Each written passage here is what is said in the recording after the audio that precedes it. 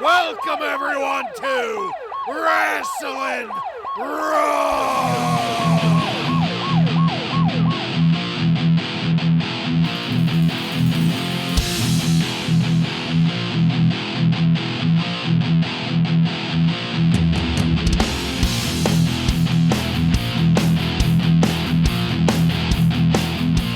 You're listening to Wrasslin Raw, the podcast that takes you back to when the World Wrestling Federation developed a little bit of an attitude. Thank you for joining us. You're here with Ryan Arico. Quick, we need to get Goldust down here to give Bartlett some artificial insemination.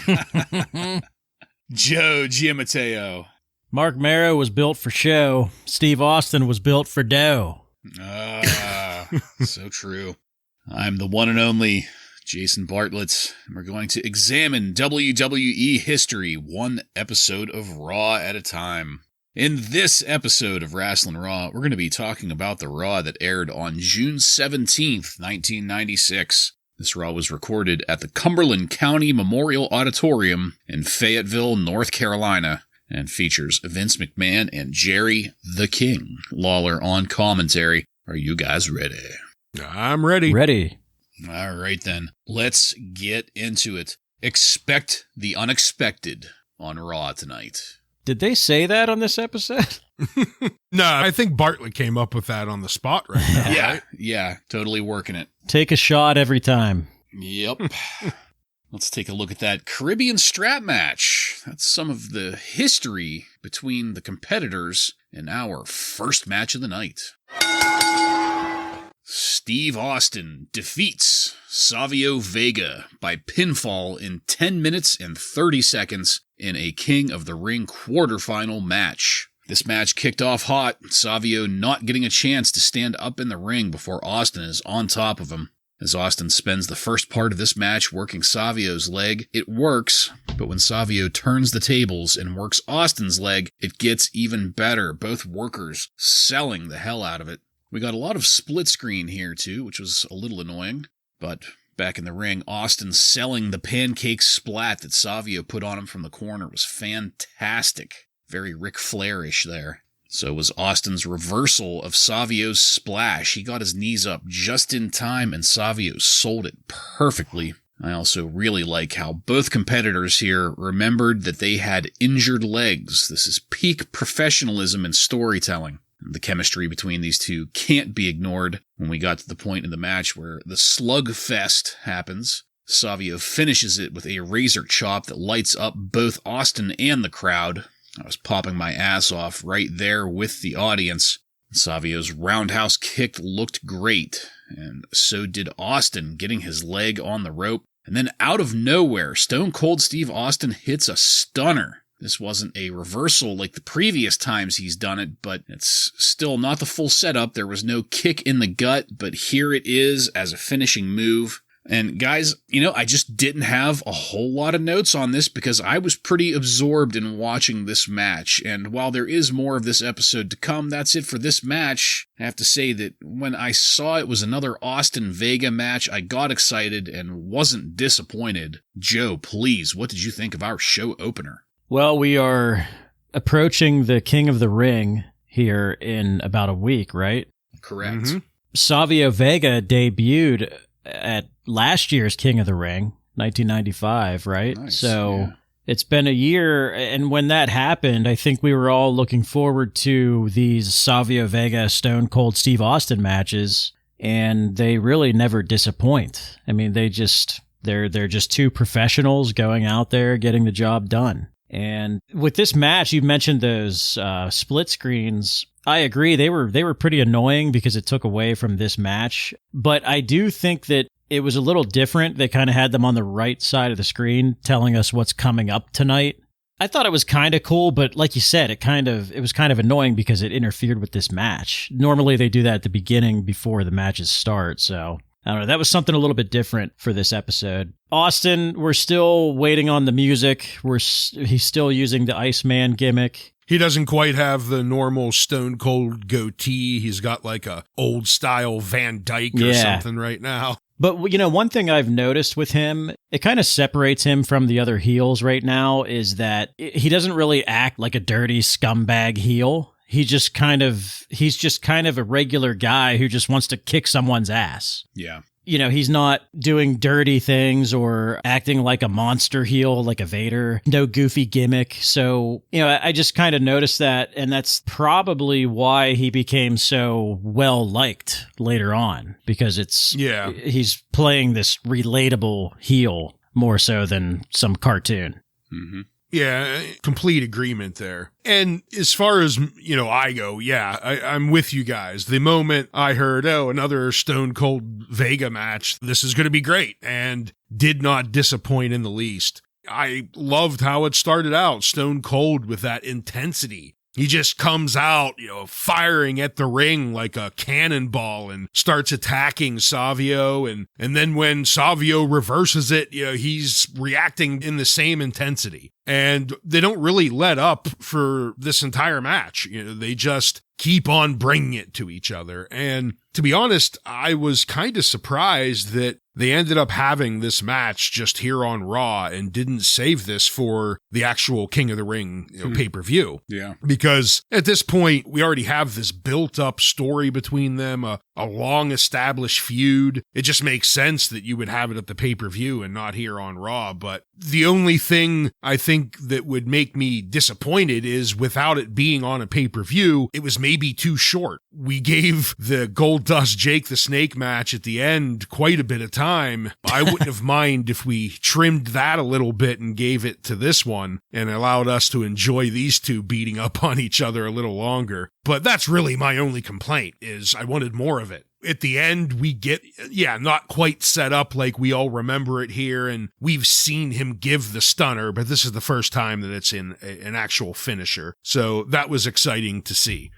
You can tell Vince is kind of teasing the stunner. He's like, what was that? What was that move? Acting like it's some, you know, surprise move. Yeah, I agree with both of you guys here. Ryan, especially what you said before about not necessarily giving as much time to Jake the Snake later, because, you know, you have these matches on this card tonight that at face value, some of them, you know, that's a coin toss, how good that's going to be. Jake is almost guaranteed to have some kind of low side to it, we'll say. Mm-hmm. But you know that Austin Vega is going to be a good one. So I don't know. It's going to bring it. Why not? I don't know. Why not? I want to say why not flip their positions on the card and give Austin Vega I agree with time. That completely. But at the same time, I mean, I don't know. Joe, what were you going to say? Well, even worse is that they have the power of editing, because they are not doing live shows, and they still chose to do that. Mm-hmm. But to me, it brought me back to my point right before that, is this should have been a pay-per-view King of the Ring match, not a Raw King of the Ring match. Yeah. But I'll take it because it improved tonight's Raw, but... Yeah, these guys had a match during the last pay-per-view and WrestleMania, and now it's a free match to kick off Raw. Yeah, it's kind of strange. I can't exactly argue with that, but one point that I would throw out is that, Joe, you were right earlier. This is the go-home episode of Raw, Into the King of the Ring. And for this match to open it is good, but this would have been much better as the showstopper at the end to cap things off. If we could have given it that time and given it that highlight, especially since, you know, we knew Hunter wasn't going to be the King of the Ring anymore. We know Jake isn't going to be. And here you have, you know, not to be too much of a spoiler, but we have the winner here, you know? I mean, with Jake, it's possible he doesn't even make it because he might choke on his own puke and you know, not make it. They might find him behind a dumpster smoking crack after the show. They might. All right. Well, let's move it along here to Raw 3 weeks ago.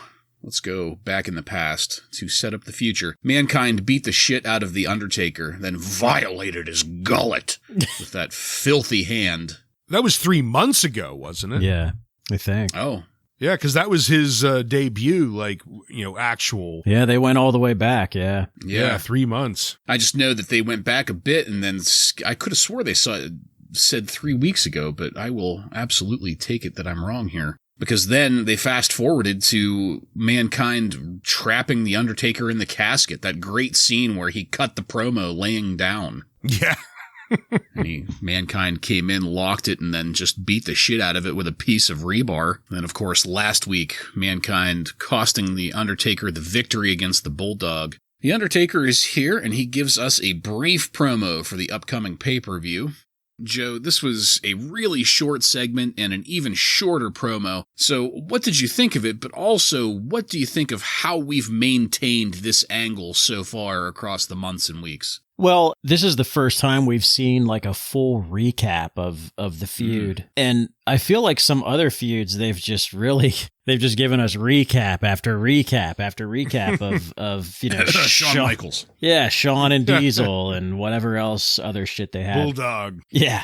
But this being the first time we're seeing this, I mean, and I don't know, we're probably biased because this is actually good shit. Like this is right. This is an iconic feud. Right. And so, I mean, there's really nothing to complain about with this one. Yeah, I mean, to me, and that was the main reason I corrected you, because that was the point I wrote down, was they go back 3 months here. And doing that, you realize they haven't even had a match together yet. So they've been letting this feud simmer for 3 months. This is how you should build a lasting, good story between two people. Not, shove it down your throat and just do it every week constantly. This is how it's done. And it was just a little clip show, but I'll take it because it just refreshed my memory of how good things are going with this. Yeah. I mean, not only have they not had a match, but Mankind has come out on top through everything. Oh, yeah. So it's that classic, I can't wait to see The Undertaker get his hands on this guy, finally. Mm-hmm. Yeah. Well, it makes me think of how many times I've heard JR talk about this feud. Yeah. And he talks about what the hell do you do when you have a 7-foot-tall, 300-pound baby face? How do you make it seem like he is in trouble? Because that's the easiest way to build a story around a baby face, is to have him threatened in some way. Yeah. And how the fuck do you make someone look threatening to The Undertaker? But Mankind is able to do it, and they properly do it here with 3 months of beatdowns. I mean, Mankind getting the best of him for 3 months straight. Yeah. Yeah, and this also adds on to something that Joe has said in the past. You contrast Mankind getting over here to what they did with Vader. Or really pick any other heel of the past 6 months. And here's an example of them doing it right. I mean, he's had these dust-ups with The Undertaker, but in between these dust-ups with The Undertaker, he's had a full string of either jobber matches or just undercard guys that he smears on a routine basis while just building that mythos that is Mankind, that only this kind of person can take on The Undertaker. Mm-hmm. And even working in cahoots with Goldust during some of that. I think the only person to have worked with Goldust since we've came, right? Yeah. Since Goldust has been around. Yeah. Even other heels, they don't usually, everyone is, freaked out by the bizarre one. Yeah. Razor Ramon sure as hell didn't want to work with him. No. Well, guys, as good as it has been to talk about this fun stuff, Sable's music hits the PA. So that means it's time for our next match. The Wild Man, Marc Mero, with Sable, defeats Owen Hart by pinfall in 9 minutes and 42 seconds in a King of the Ring quarterfinal match. Steve Austin's going to join us on commentary as Sable has her entrance. The posing in the ring is as ridiculous as usual. We interrupt the Zoolander pose-off to have a commercial break. And Sega Saturn Slam of the Week, that being Jake the Snake Roberts landing the DDT on Justin Hawk Bradshaw. By God, that was probably a terrible match. There is just something so completely unbelievable about Jake Roberts beating Justin Hawk Bradshaw, but we shouldn't focus on that because we also get some additional sad news. We find out that Dickie Murdoch passed away around this time at the age of 49. Who the fuck is Dickie Murdoch? I distinctly remember saying that quite a few times going into, what was that, the 95 Rumble or 94? I think it was the 95 Royal Rumble, the worst year in wrestling. Yeah. when Dickie Murdoch headlined the Royal Rumble. What a way to kick off the worst year in wrestling. Wasn't Dickie the person that flopped over the top rope and rolled over the apron, but then kept rolling up the entryway? Like a whoop, whoop, whoop, whoop, whoop. I blocked it.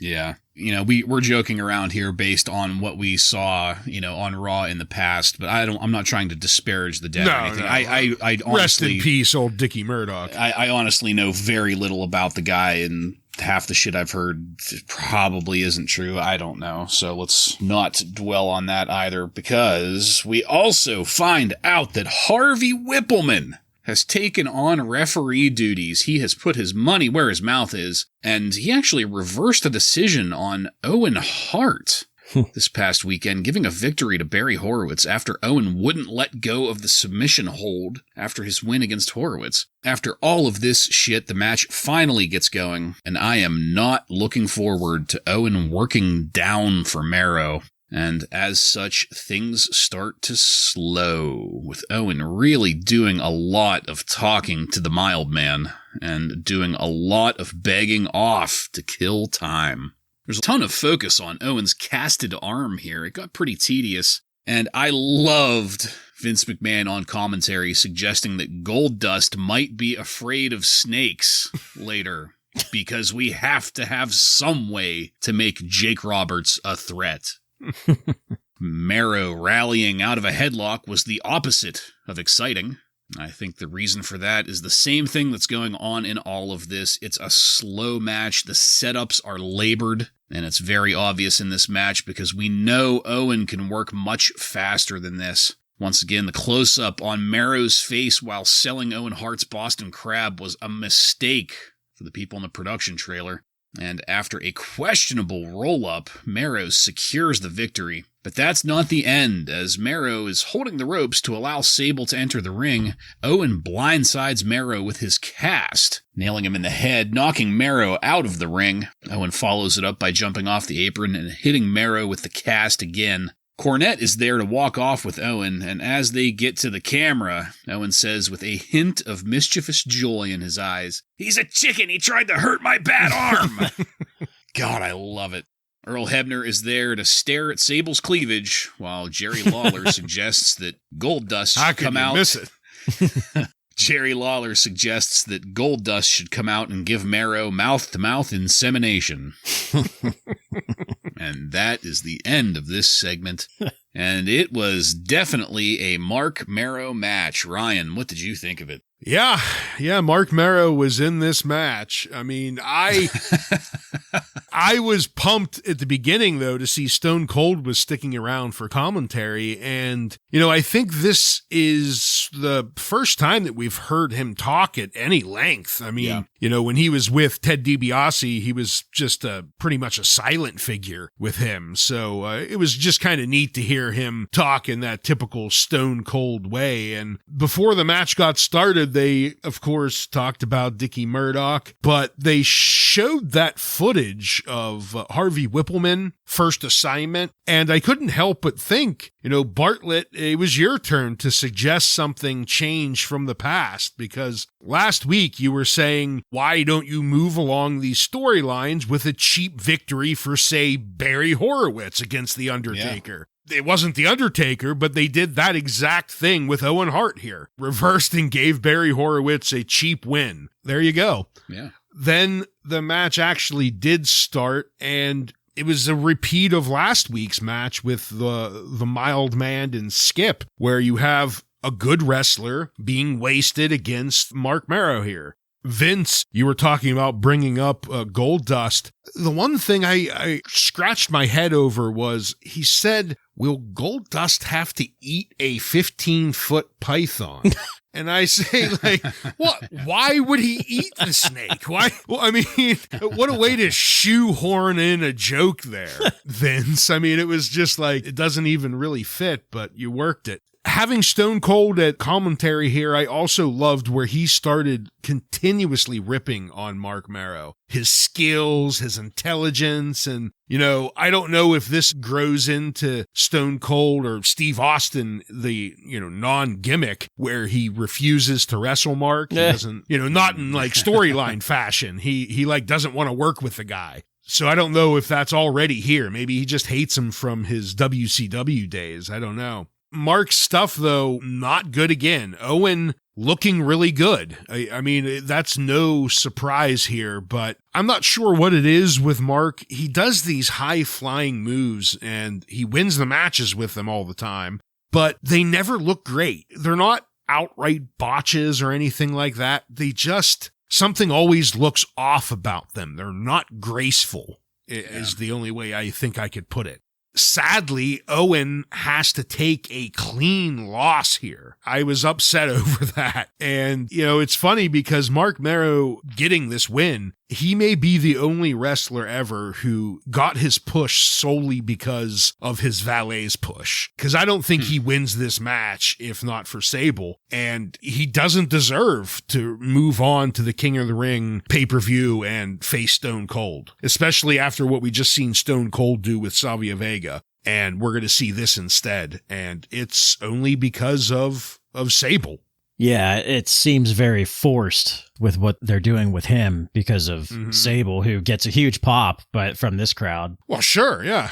He's the mild man again. And Ryan, you mentioned, how he tries these kind of, I guess, high flyer moves that just are not very smooth. A good comparison, but the opposite, was a guy like Hakushi, who was doing similar things, but was smooth as hell and got a reaction from the crowd. But yeah, Marc Mero, and anytime he does that stuff, it just doesn't seem like, it's almost like you're waiting for an accident to happen. Yeah, and that was like, I couldn't quite put my finger on the word. There's just something off about them. Yeah. Yeah. And now for Owen, I think, one of the only things I liked about this whole thing was that attack after the match. I think Owen attacking him was fantastic. Unfortunately, maybe it'll start some feud between these two. I don't know, but I liked seeing that for Owen and his character. And Steve Austin on commentary, the one thing that I wanted to highlight was this is some interaction between Stone Cold Steve Austin and Mr. McMahon. They are doing commentary together, which I thought was pretty interesting. Yeah, Ryan, like you said, it's kind of the first time we get to hear Steve Austin talk on the mic for an extended period of time. So that was pretty cool. Yeah. I thought that you were talking about when Owen knocked him out with the cast, and I thought it was hilarious when Sable came up to him. She started petting his head like he was an injured animal. Well, he is a chicken. I don't have much to add on except with Mero. So you guys are talking about his high-flying stuff, and you're right. I see it. I know what you're talking about. With me, what stands out more is how much it looks like he is being talked and led through hold sequences, and just, from the tie-up to the next move, it's almost like you can just see the spot where, his opponent tells him where to go next, and then it takes a second for it to register, and then he does it. Yeah. It's almost like he's green, and they're teaching him how to wrestle all over again, which is kind of interesting now that I say that out loud. I've heard a couple places that there's wrestling, but then there's WWF wrestling. The way they did things in New York and in the Northeast Territory, there was like the style was different. And I don't know a better way to define that, but if you listen to some of the other Shoot podcasts, every once in a while you'll hear them mention that people coming from, say, the Southern Territories up to the Northeast had to almost learn, I don't know what you would call it, like sports entertainment. Yeah, it's still wrestling, but it's almost like a whole different personality of wrestling. Yeah. And I almost wonder if that's the case with Mero here. I know I've heard that as well. And I know I've also heard other people shit on that talk as well. And the thing that I think about it is who we were just talking about, Stone Cold. He came into that, and I saw no rough transition from him coming from his WCW Texas territory, Southern wrestling. He came in and looked great. Yeah, I mean, that's a somewhat fair point, but don't forget you are comparing Marc Mero and Steve Austin. They're going to wrestle each other at this upcoming pay-per-view. I know. I know. I'm just saying, like, it would be handy to look at different examples that aren't so drastically different. I guess so. I'm just saying, like, I'm not sure there's a completely different way of wrestling. Maybe they just mean that if you're wrestling at local indie shows, you could be shitty and it not matter as much. Yeah. Yeah. No, I mean, it is an interesting point to think about. Definitely. But we're going to go now to Jim Ross. Jim Ross is there with the British Bulldog, Davey Boy Smith, and Davey's wife, Diana. Come on, Davey. Jim Ross wants to hear about the Bulldog's confidence levels going into his rematch with Shawn Michaels. Diana looks confused as usual, or at least as confused as a one-dimensional character can be. Shawn Michaels is here in the building, and the Bulldog tears into his promo, eventually calling out Michaels. And then Michaels actually comes tear-assing out of the back, diving straight into the Bulldog. Officials have to come out, and it is bedlam as things get broken up. We cut to commercial and come back to Doc's cocaine call-in line. It's $1.49 per minute, and you can dial option 6 to find out who the 5 new superstars are that are on their way to the WWF. 49 cents of that $1.49 goes to help Doc in his habit. We get that same Jerry Lawler commercial from last week, getting beat up in heaven by various kings. And then finally, the word comes to us that Shawn Michaels and the Bulldog have been separated, so we can move on with our show. But before we do, we had some more to work with in this non-match segment than we did in the last one. Ryan, what did you have on it? I thought that the Bulldog cut a pretty good promo. Like you said, he just ripped right into it and he went off. And he does it all the time in his promos, but I'm going to highlight it now. I love that he so often uses the classic wrestling line, "Let me tell you something."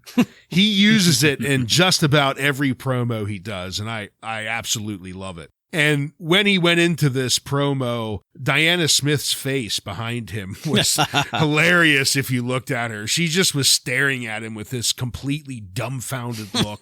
I don't really know what I expect her to do at that point, though, while he's doing that. So I can't blame her too much. But Vince informs us they're still working on the wild man, Marc Mero, and the king correctly says nobody cares. Yeah, shut the fuck up, Vince. Nobody cares about Marc Mero. I like this a lot. I think that I like the Bulldog saying, if Shawn Michaels, wants some of this, he can come down here, and Shawn comes running out, and they have a great pull apart, just a classic pull apart. And Barry Horowitz again. Barry and Jerry Briscoe taking some shots out there was pretty hilarious. Yeah. He actually fell down at one point. So these guys made it look pretty real. I mean, I thought it was pretty good. Yeah, completely agreed. And I still need to find out, for any of our listeners, please write in and tell us. During this pull apart, one of the usual office guys that comes out was there, and he has been in every... the longer blonde hair guy? Yes, with the glasses. Who the fuck is that guy? He's been there since like the 80s too. I mean, I don't know, but we got to find out. Someone's got to know his name. Yeah. Please let us know. We're going to go now into our next match. Aldo Montoya versus Hunter Hurst Helmsley ends in a no contest with no match time because the bell never rings and Hunter never even makes it down to the ring. Aldo is there in the ring waiting for things to get started, But the King has other plans. Jerry the King Lawler is there talking to Vince McMahon about what's going on and what's going to happen to the Ultimate Warrior when the King meets the Warrior at the upcoming King of the Ring pay-per-view. So, in order to illustrate what he's saying, the King gets into the ring and beats the shit out of Aldo Montoya, finishing up with a pile driver. But wait, here comes Jake the Snake Roberts? Slithering down to the ring to rescue Aldo Montoya. Lawler goes back to the commentary table and is completely out of character, acting almost evil and maniac as he cuts a promo on the Ultimate Warrior. Oh, man, this whole segment. It feels wrong to even consider this a match since it really wasn't one, but it was listed on the match card, so here we are. Joe, what did you think of this and this just mishmash of angles going on within it?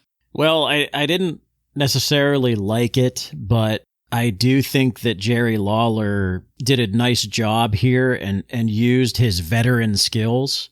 When he popped Aldo in the neck, he used the microphone to give that extra pop sound. The guy can do fucking pile drivers in his sleep. I mean, they are just flawless pile drivers. Yeah. The whole point of this, I guess, is to make us think like Jerry Lawler is, like you said, this maniac who maybe could beat up this steroided freak, Ultimate Warrior man. I mean, again, it's shit because it's the Warrior, but Lawler is doing his job. He's earning his paycheck. What a fantastic way to bury the jobber Aldo Montoya even further. Yeah. He's getting annihilated here. I mean, if this isn't the bottom of his career, I don't know what else could be, right? And I'm not cutting on Lawler because, like you, I think both really pointed out, this may be the most believable as a wrestler Jerry Lawler I've seen. We were getting reminders of the younger Jerry Lawler here and not his donk feud, kiss my foot bullshit. You know, this was a normal wrestler. Even the promo that he cut when he came back, it was a good, solid, pissed off promo. So I'll give Lawler credit there, but poor Aldo taking the brunt of trying to build up Lawler for this Warrior Man match. Yeah, you know, it's funny that you point that out. Now that I think about it, the whole donk bullshit, Isaac Yankem and the Kiss My Foot match and all of just the stupid shit that we've gone through with Jerry Lawler over the past couple years. This is the most legitimate and most believable he's looked in any of it. And of all people, it's the Warrior.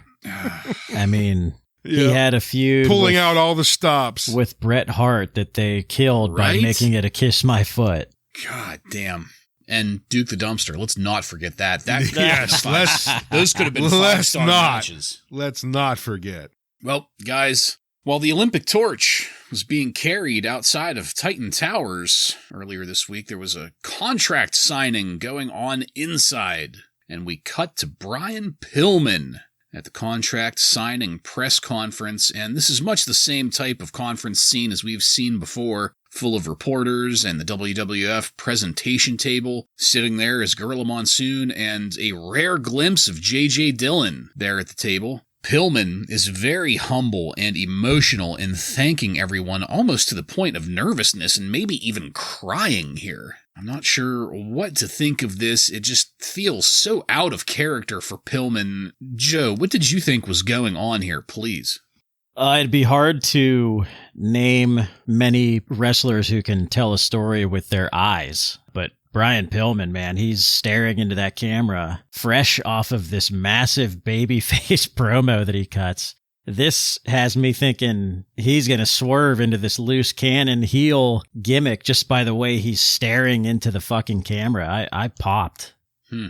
I thought he did a good job here. Unfortunately, because we know where things are going to go and that, you know, we're never going to actually see any action from him, that kind of taints everything that goes forward because we know what's going to happen. So that's unfortunate because, yeah, I was excited. If I could put myself back in that time, I would be super excited. But it was still a good contract signing, whatever the hell they want to call it. He did a good job with it.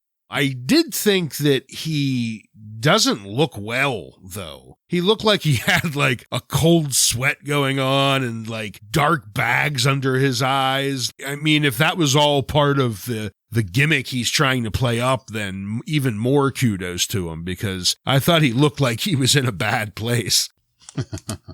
All right. Well, yeah, not much to add there, although I will say that, Joe, you've made a really good point on Pillman. If and when he gets to his loose cannon turn, having seen this, it will probably hit me that much harder when it finally happens. But also, to your point, Ryan, it is a bit tempered by our foreknowledge of what's going to happen. Well, guys, we've delayed it long enough. Let's go now to our final match of the night. Jake the Snake Roberts defeats Goldust with Marlena by reverse decision in 11 minutes and 6 seconds. Goldust was looking a little ragged here. His wig was pretty messed up, but Marlena looked amazing as always. When we got to the point where Goldust is flashing open his robe to show his Intercontinental title, I thought he really, really looked like Courtney Love here. We get a look back at Goldust giving Ahmed Johnson mouth-to-mouth insemination, and then Ahmed blasting that jobber through the doorway. It was still entertaining. Never gets old. Never gets I old. love that they keep on showing it to us. They could do it every week, and I would be... Actually, they did. They put it into the intro. Yeah. Did you guys see it's in the intro? Yep. Somebody needs to make one of those YouTube videos where it's just 10 hours straight of Ahmed Johnson blasting a pink-shirted jobber through a door. But enough of that. Let's get this match going.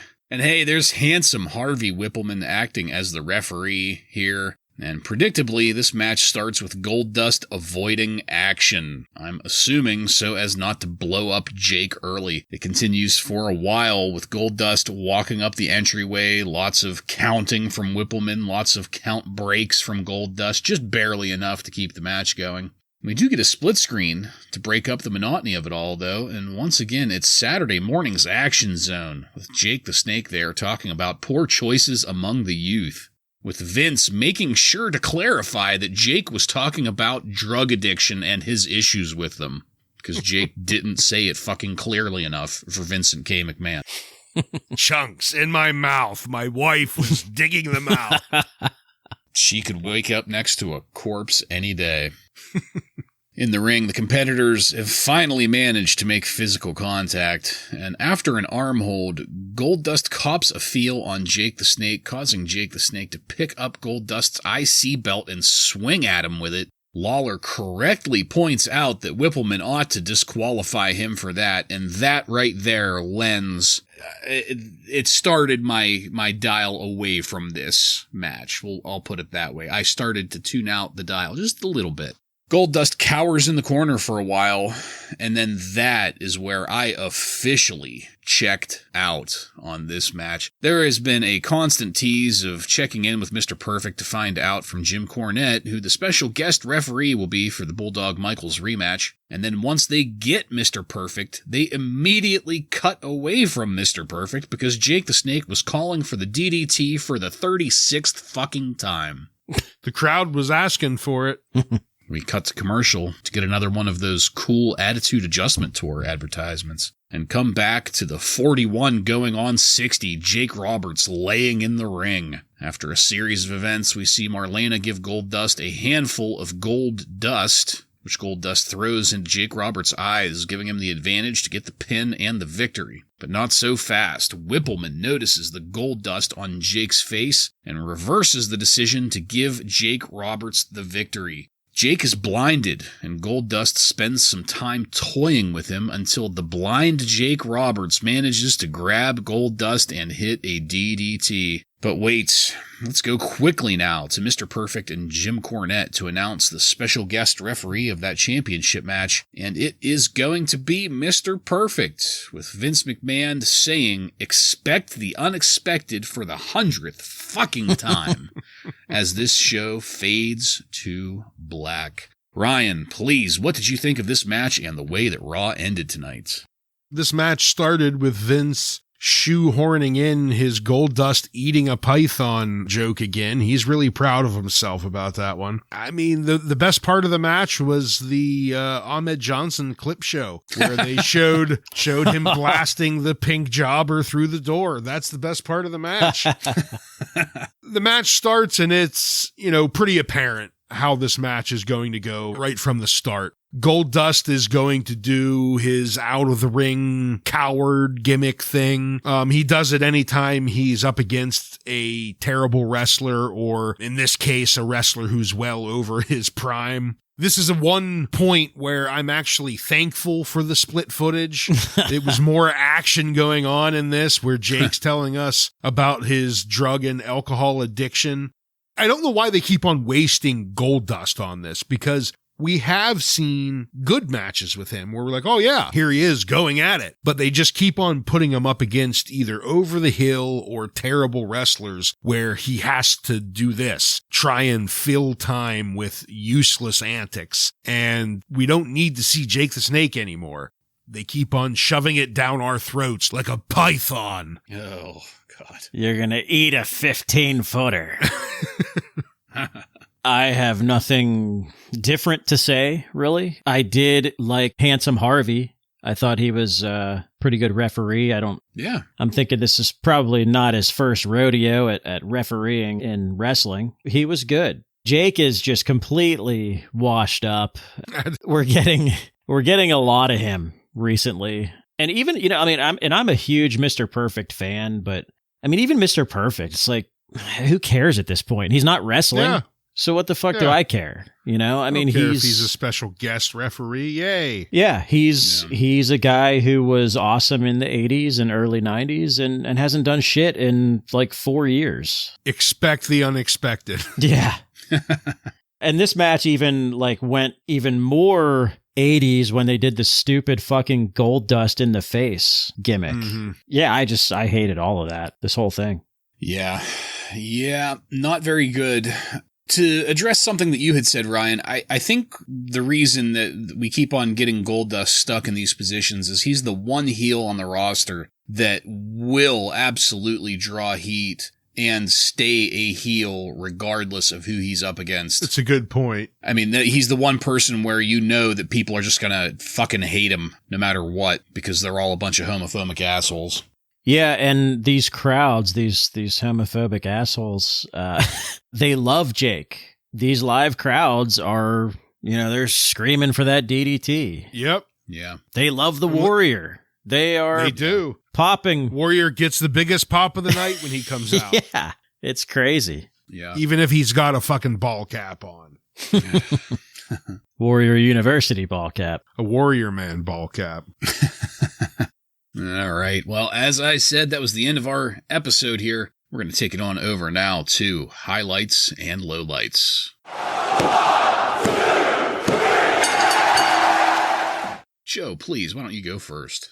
For my highlight, I'm going to go with the Brian Pillman press conference. Brian Pillman is one of those guys that you hear they always said, like, is this guy shooting? Is he working? Like, what's his deal? Because he would be a guy that would kind of just do his own thing. And I just really like that press conference. I feel like it's going to be some type of a swerve into a heel gimmick, and I'm looking forward to it. For my low light, it's just Jake Roberts in general. I mean, yeah. He's completely past his prime. This episode in general, we got Marc Mero, we got Jake the Snake. They sucked tonight, but they're also sort of important to what's going to happen at King of the Ring. Those are two guys that Steve Austin beats. So, I mean, this episode, while it doesn't get you excited for King of the Ring, if you look back, it's like, well, this makes sense to set up the event. Yeah.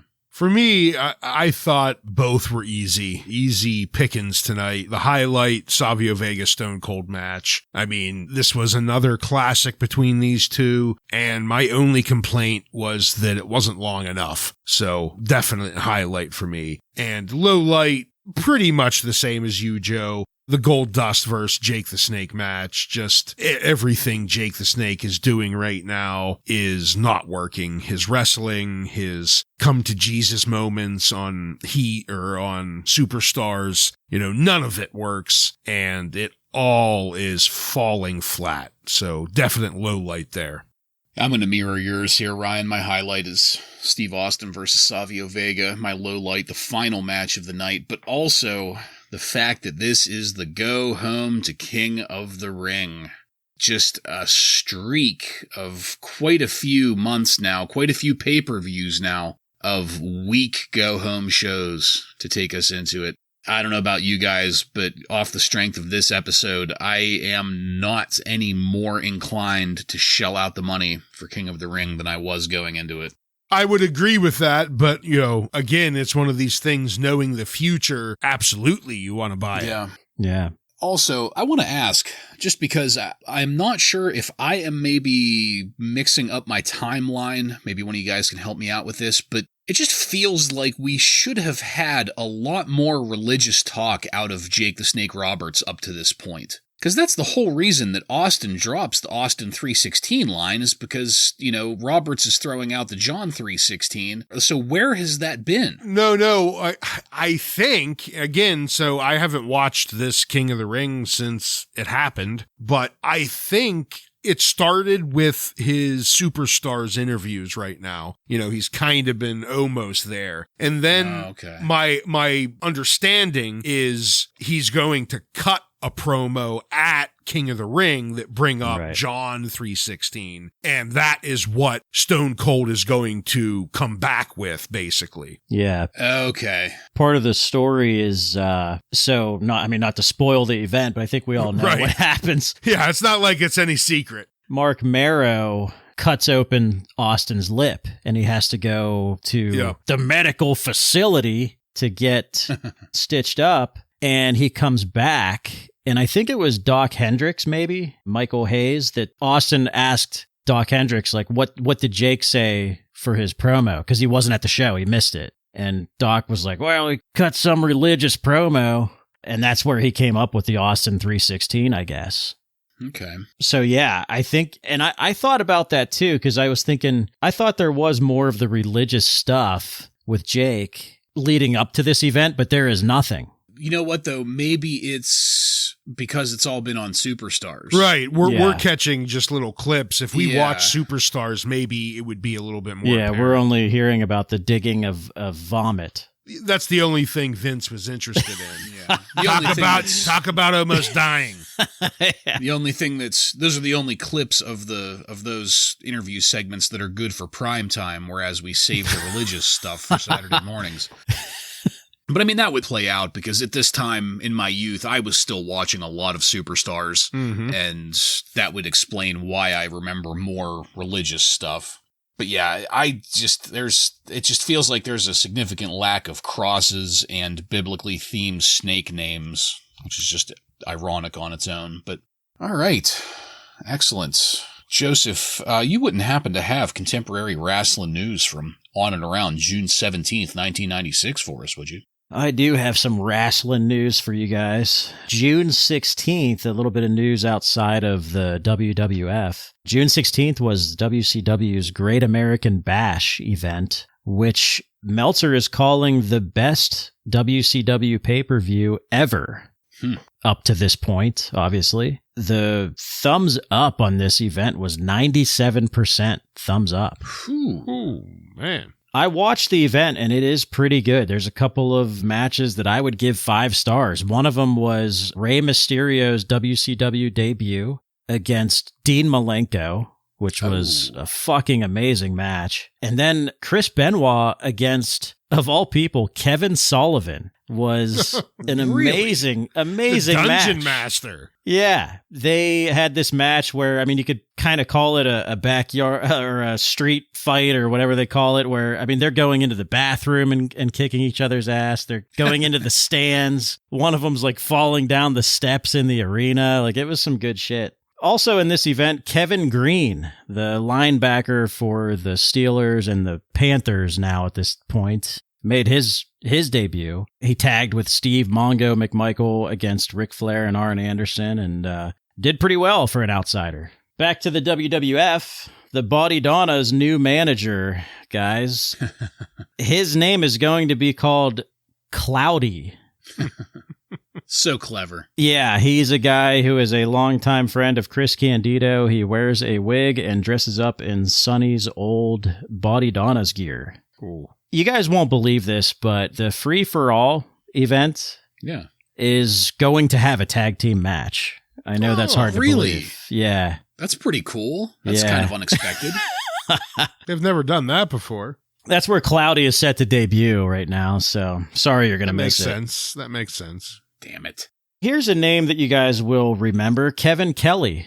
Oh, yeah. He was hired as an announcer. He will probably start as an interview guy, but is being groomed to take over Superstars at some point. Yes. Always liked Kevin Kelly. There's a wrestler by the name of Dirty White Boy. I think he was on the Indies, Smoky Mountain, maybe a couple other promotions, but he's going to be having a gimmick in the WWF going by the name of TJ Hopper. God damn it. Doing a plumber gimmick, which, by the way, is his regular job. Very clever, again. Yeah. Those occupational gimmicks always go over well. Yeah. Yeah. Yeah, we know that's going to turn into, I believe, TL Hopper, but that's the plan right now. Another guy coming in is Barry Windham. He has contacted the WWF, and he will get an interview with them in a week or so. So Barry Windham might be making an appearance here shortly, and that is all. All right. Well, that's it, folks. We are done with this one. I want to thank you again for joining us. If you like what we're doing here and want to connect with us, you can email us at WRASSLINRAW. Just add @gmail.com to the end of that to submit questions or comments. Check us out on social media and on every podcast subscription platform. While you're there, don't forget to follow and subscribe to get every episode of Wrasslin Raw coming to you every week. Give us a 5-star review and let your friends know how much cooler they would be if they became Rawheads like you and me. Next week on Wrasslin Raw, we're going to take a look at the 1996 King of the Ring with matches featuring Vader, the Smoking Guns, and many more. So, for Joe and Ryan, I'm Jason, and this has been Wrasslin Raw.